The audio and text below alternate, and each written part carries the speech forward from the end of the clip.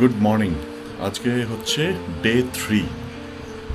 তো আজকের প্ল্যান হচ্ছে এখান থেকে এবার ফেরার পালা শুরু অ্যাকচুয়ালি পাহাড় থেকে। তো আজকে ইনিশিয়ালি আমাদের প্ল্যান ছিল আমরা আজকেই কলকাতা ডাইরেক্ট ড্রাইভ ডাউন করব, কিন্তু তারপরে ঠিক হলো যে অরিন্দম, কৃষ্ণেন্দু, সৌভ আর অভিজিৎ ওদের প্ল্যান আছে, ওরা ডাইরেক্ট কলকাতা ফিরবে না, মালদায় যাবে, মালদায় থাকবে আর মালদা থেকে কালকে কলকাতা ফিরবে। তো আমরা তাহলে ভাবলাম যে এক যাত্রায় পৃথক ফল হয়ে লাভটা কি। এবার ফেরার পথে দেখা যাক যদি কিছু সেরকম দেখার কিছু থাকে। দেখার মানে ইচ্ছে আছে লেপচা জগৎ মিরিক ওই রাস্তাটা দিয়ে নামা। তো অবভিয়াসলি ওই পাইনের যে স্ট্রেচটা থাকে সেই স্ট্রেচটা ইজ ভেরি গুড। তো এবার দেখা যাক সেটা কতটা আমরা কভার করতে পারি। যথেষ্ট বৃষ্টি হচ্ছে বাইরের অবস্থা তো দেখতেই পাচ্ছ, পুরোপুরি ক্লাউডি, ওভারকাস্ট, আর এখন কিন্তু কন্টিনিউয়াসলি বৃষ্টি হয়ে যাচ্ছে। ঠিক আছে, তো তোমাদের দেখাতে থাকবো আমাদের ফেরার পার্টটা, দেখতে থাকবো। এখন বাজে 9:30, আমাদের ব্রেকফাস্ট হয়ে গেছে। তো আমরা এবার বেরোবো। এই যে গাড়িটা এখানে আছে, তো গাড়িটাকে একটু আগিয়ে এনে রাখা হয়েছে, আমাদের লাগেজ সব উঠে গেছে। অরিন্দমরা ওর হেক্সা নিয়ে আসছে, ওরাও সব লাগেজ তুলবে, তারপরে আমরা একসঙ্গে বেরোবো। ওদিকে আসছে হেক্সা, এটাতে প্রাইমারিলি অরিন্দম, কৃষ্ণেন্দু, সৌভ আর অভিজিৎ ওরাই আছে। আমাদের যাত্রা শুরু হলো, সামনে হেক্সা, পেছন পেছন আমরা গুড়গুড় করতে করতে এগিয়ে চলেছি। তোমাদের দেখাতে থাকবো। মনে হচ্ছে আকাশের অবস্থা দেখে it's going to be a monsoon drive. তো ইচ্ছে আছে ওই ঘুম থেকে ইউ মেরে লেপচা জগৎ মিরিক ওই রাস্তাটা হয়ে যাওয়ার। ওখানে ওই পাইনসের যে ফরেস্টটা থাকে ওটা দেখতে খুব ভালো লাগে। তো দেখা যাক। এখন একটাই ব্যাপার হচ্ছে দার্জিলিংয়ে কতটা ট্রাফিক পাই সেটা একটু দেখতে হবে। দার্জিলিংটা যদি থ্রু হয়ে যাই তারপরে it's going to be a smooth ride. বিখ্যাত ট্রাফিকে লাস্ট 15-20 মিনিট ধরে লাটকাচ্ছি। সামনের লাইনটা দেখতে পাচ্ছ, এই লাইনটা লাস্ট 15-20 মিনিট ধরে দেখছি। এই একটা দুটো করে গাড়ি এগোচ্ছে আবার দাঁড়িয়ে যাচ্ছে। উল্টো দিকে কিন্তু ট্রাফিক নেই, সব এখন গাড়ি দার্জিলিংয়ের দিকে যাচ্ছে। প্রচুর হ্যারাসমেন্ট, মানে লেবং থেকে দার্জিলিংয়ের ওই এরিয়া ক্রস করতে অ্যারাউন্ড 7-8 কিলোমিটার্স ম্যাক্স। আচ্ছা, এখানে ফগটা দেখো, তারপরে গল্প বলছি। Around 7-8 kilometre max. তো সেটা আমাদের ক্রস করতে লাগলো হচ্ছে 1.5 hour or little more than that. পুরো হেজে গেল গাড়িতে বসে বসে। তো যাই হোক, প্রথমে তো ভেবেছিলাম যে লেপচা জগৎ হয়েই নামবো, কিন্তু যেরকম বৃষ্টি পড়ছে আর ফগি হয়ে আছে তোমরা দেখতেই পারছো। তো প্ল্যান চেঞ্জড, আমরা ঘুম থেকে সোজাই বেরিয়ে চলে এসেছি, কার্শিয়াং হয়েই নামছি, মানে যেটা রোহিণী রোড টিপিক্যালি বলে সেটা হয়েই নামছি। তো এই হচ্ছে গল্প। প্রচুর প্রচুর ট্রাফিক পেয়েছি আমি। পাহাড়ে এতদিন এসেছি, আমি এরকম ট্রাফিক পাইনি আজকে যেরকম ট্রাফিক পেলাম, but now it is sorted. তো আমরা নামতে থাকি, তোমরা দেখতে থাকো।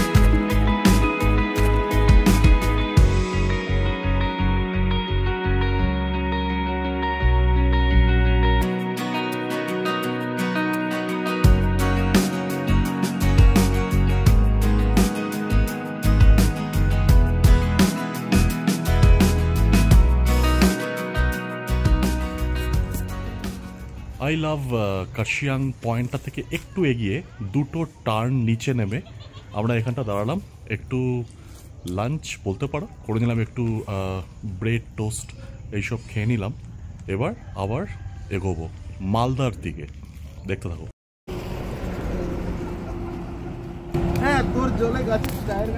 এখানে দাঁড়ানো হয়েছে একটু আনারস খাওয়া হবে বলে সবাই মিলে, দেখতে থাকো।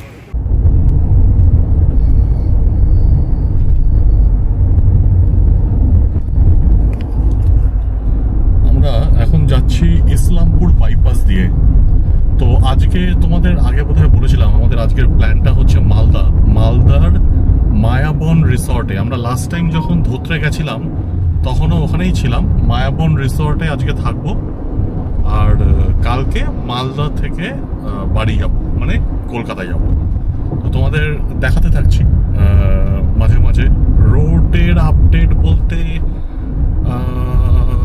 রোড তো খুবই ভালো, সেরকম কিছু মানে কোনো প্রবলেম এখনো পর্যন্ত পাইনি। মানে পার্টিকুলারলি NH-27 নিয়ে অনেক কমপ্লেন থাকে, মানে শিলিগুড়ি পূর্ণিয়া রোড নিয়ে অনেক কমপ্লেন থাকে, কিন্তু কমপ্লেনটা প্রাইমারিলি ওই ডালখোলা থেকে শিলিগুড়ির স্ট্রেচটায় থাকে। আর এটা হচ্ছে আমরা তো এখন উল্টোটায় আছি, মানে শিলিগুড়ি থেকে ডালখোলায় যাচ্ছি। তো সেরকম অসুবিধা খুব একটা কিছু হচ্ছে না, এই রাস্তাটা কম্পারেটিভলি বেটার থাকে। তো আমরা আস্তে আস্তে এগোতে থাকছি NH-27 ধরে, তোমরা দেখতে থাকো। আমরা অবশেষে উঠলাম NH-12, এখন যাচ্ছি ডালখোলা বাইপাসের ওপর দিয়ে। তো অলমোস্ট সন্ধে হবে করছে, এখন কটা বাজে? 5:40। দেখে নাও একটু বাইপাসটা, দিগন্ত খোলা দুদিকে, তার মধ্যে দিয়ে আমরা এগিয়ে চলছি, ট্রাক ঢুকছে, এইসব তো আছেই। তো এই বাইপাসটা যখন প্রথম বেরিয়েছিল তখন যতটা মানে স্পিড মেনটেন করে চালানো যেত, এখন আর সেই জায়গাটা নেই। মানে এখন ট্রাফিকও অনেক বেড়ে গেছে, অ্যান্ড বিভিন্ন জায়গায় মানে নাকাবন্দি করে দিয়েছে, সেই ব্যারিকেড যেরকম করে। অবভিয়াসলি রাত্রিবেলা মানে ওভারনাইট ড্রাইভের ক্ষেত্রে ইটস মাচ বেটার, কিন্তু দিনের বেলাতে মানে যখন একদম প্রথম হয়েছিল তখন এখানে বেশ টানা একটা স্পিড ধরে রাখা যেত। এখন সেই জায়গাটা সেরকমভাবে নেই, but still it is better, I mean much better than how it use to be. Okay, আমরা চলতে থাকি, তোমরা দেখতে থাকো। এই আমরা জাস্ট মায়াবন রিসর্টে পৌঁছলাম, মালদা মায়াবন। এবার ঘরে গিয়ে একটু রেস্ট নিয়ে ডিনার করে তারপরে ঘুম, কালকে সকালবেলা উঠে মালদা থেকে কলকাতা, এই হচ্ছে প্ল্যান।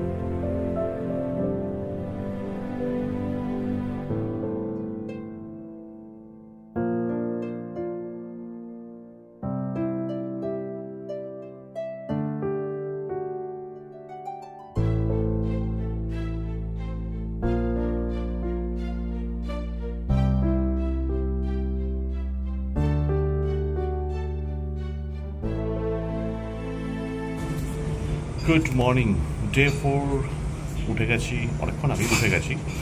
এবার আস্তে আস্তে ব্রেকফাস্ট করব, ব্রেকফাস্ট করে মালদার এই মায়াবন রিসোর্ট থেকে কলকাতার দিকে এগোবো, দেখতে থাকো। এর আগের বার যখন ধোত্রের টুমলিং তাবাকশি ট্রিপটা করেছিলাম তখনও ফেরার সময় মালদার মায়াবন রিসর্টেই ছিলাম। তখন রিসর্টের মানে রুমটা অতটা দেখানো হয়নি, এখন তোমাদের একটু চট করে গ্লিম্পস দেখিয়ে দিই। অবভিয়াসলি খুব আনটাইডি হয়ে আছে, but still you'd get a view of how it is. দেখো, এই হচ্ছে মোটামুটি রুমটা। এখানে একটা টেবিল টাইপের আছে, টিভি আছে, দুদিকে দুটো চেয়ার আছে, এইখানে বেডটা আছে, বেডের ওইদিকে একটা সোফা আছে, আর এখানে এসিটা আছে, উইন্ডো এসি। আর এদিকে তোমার একটা ওয়ার্ড্রোব, একটা মিরর টাইপের আছে। আর এইটা হচ্ছে টয়লেটটা অনেকটা এরকম। অ্যাকচুয়ালি ম্যাক্সিমাম রুমেরই টয়লেটগুলো একটু ডিফারেন্ট, এটা লেটেস্ট রিসেন্টলি রিনোভেট করেছে। আর এখানে একটা ব্যালকনি আছে, এই ব্যালকনিটা দিয়ে বাইরে ভিউটা কিরকম চট করে একটু দেখিয়ে দিই, তোমরা বুঝতে পারবে। এই যে এখান থেকে পুরো রিসর্টটা দেখা যাচ্ছে ফ্রম দ্য ব্যালকনিজ। তো এই হলো মায়াবন রিসর্ট। এই যে গাড়ি দুটো এখানেই পার্ক করা ছিল। এখানে রেস্টুরেন্টে যাওয়ার জায়গাটা বেশ ইন্টারেস্টিং। এরকম একটা সাঁকো টাইপের আছে, দুদিকে কিছু ওয়াটার বডিজ করা আছে, তাতে আবার অনেক ফুল টুলও আছে। দাঁড়াও তোমাদের দেখাচ্ছি। শালুক ফুল বোধহয়। এদিকটা হচ্ছে পিঙ্কিশ। এখানে আবার কি একটা অদ্ভুত ফুল আছে।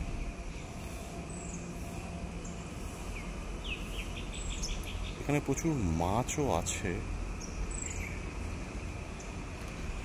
এরকম টাইপের। এখান দিয়ে হেঁটে, এই যে এটা হচ্ছে ঘরগুলি, মানে এটা হচ্ছে রিসর্টটা। হ্যাঁ, আমরা ওই ঘরটায় আছি, ওইটাতে।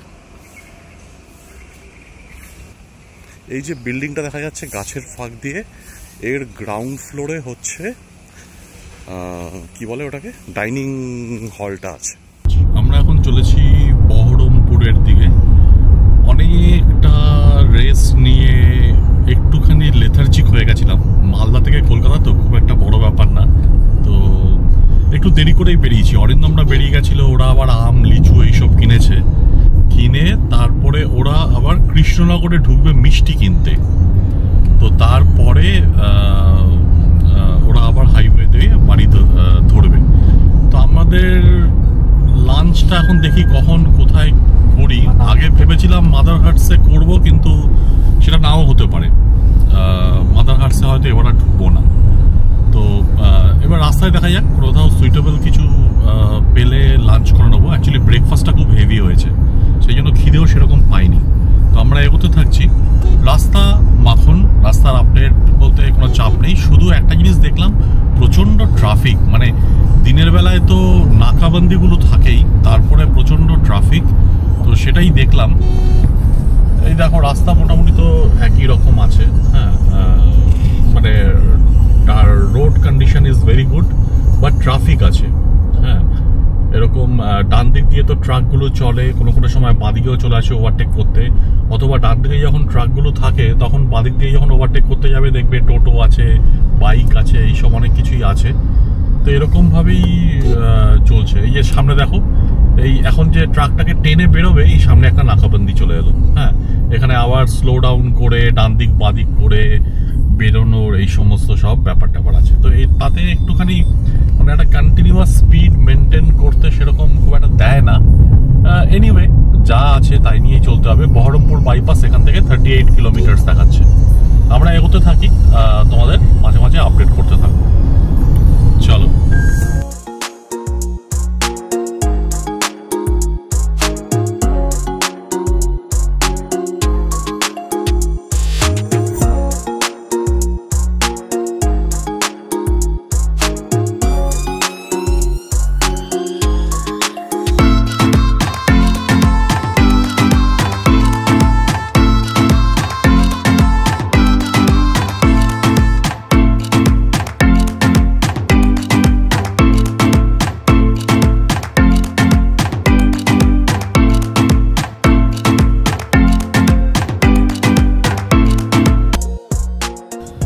কৃষ্ণনগরের অ্যারাউন্ড এখনো কৃষ্ণনগর 30 মিনিটস। তো এখানে আমরা বেশ সুন্দর করে মাছ ভাত খেলাম।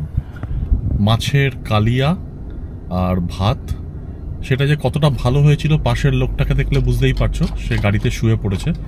এবার আমার চালানোর পালা, এগোতে থাকি, দেখতে থাকো। হলো সৌভ এখন অরিন্দমের গাড়িতে আসলো। অরিন্দম, অভিজিৎ আর কৃষ্ণেন্দু এখন ওই গাড়িতে কন্টিনিউ করবে। সৌভ ডানলপে নামবে। চলো আমরা এগোতে থাকছি। দাদা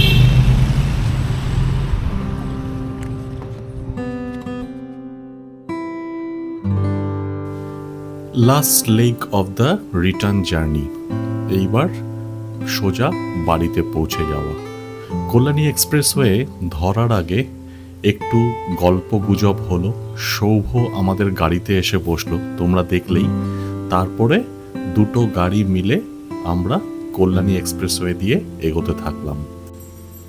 একটা সুন্দর বিকেল, সন্ধ্যের দিকে এগোচ্ছে, চকচকে রাস্তা। দুই অরিন্দম গাড়িতে বসে বসে ভাবছে একটু টানাটানি করলে ক্ষতিটা কি। না না, র্যাশ ড্রাইভিং ভেবে ফেলো না আবার। ওরা ভাবলো একটু বন্ধুত্বপূর্ণভাবে একে অপরকে একটু চ্যালেঞ্জ করা যাক না, দুজনেই দুজনকে অনুপ্রাণিত করা যাক কিছুটা। এই তো আর একটু গেলেই তো বাড়ি ঢুকে যাও। শুরু হলো দুজনের মধ্যে বন্ধুত্বপূর্ণ প্রতিযোগিতা। বেশিক্ষণ না, 3-4 মিনিট আমি পাশে বসে বসে দুটো গাড়িকেই ফলো করতে রাখলাম আর মজা দেখতে লাগলাম। তোমরাও দেখো। ঠিক হলো এবার আর সোদপুর কিংবা বেলঘড়িয়া না, আমরা চেষ্টা করব বেলঘড়িয়াটা ক্রস করে, মানে কল্যাণী এক্সপ্রেসওয়ের ওপর দিয়ে গিয়ে বেলঘড়িয়া এক্সপ্রেসওয়েতে পড়া যায় কিনা। আমরা কোনোদিনও ফেরার সময় ওটা ট্রাই করিনি। তো আমরা যখন বেলঘড়িয়া পৌঁছালাম, অরিন্দমও ওই একই রাস্তা ধরলো, কল্যাণী এক্সপ্রেসওয়ে দিয়ে কন্টিনিউ করতে থাকলো। মজার ব্যাপার, 200-300 মিটার যেতে না যেতেই বেলঘড়িয়া এক্সপ্রেসওয়ের মুখ চলে এলো। অরিন্দম নিয়ে নিল লেফট টার্ন, আমরা নিয়ে নিলাম রাইট টার্ন। আমরা উঠে গেলাম বেলঘড়িয়া এক্সপ্রেসওয়েতে। বেলঘড়িয়া এক্সপ্রেসওয়ে দিয়ে আমরা এগোতে থাকলাম একটা অসাধারণ আকাশকে সঙ্গে নিয়ে। চারিদিকে যেন রঙের খেলা চলছে। একটা অসাধারণ ট্রিপ এরকমভাবে শেষ হলো। আবার তোমাদের সঙ্গে দেখা হবে আগামী কোনো ঘুরতে যাওয়ার গল্প নিয়ে। ততক্ষণ ভালো থেকো, বাই।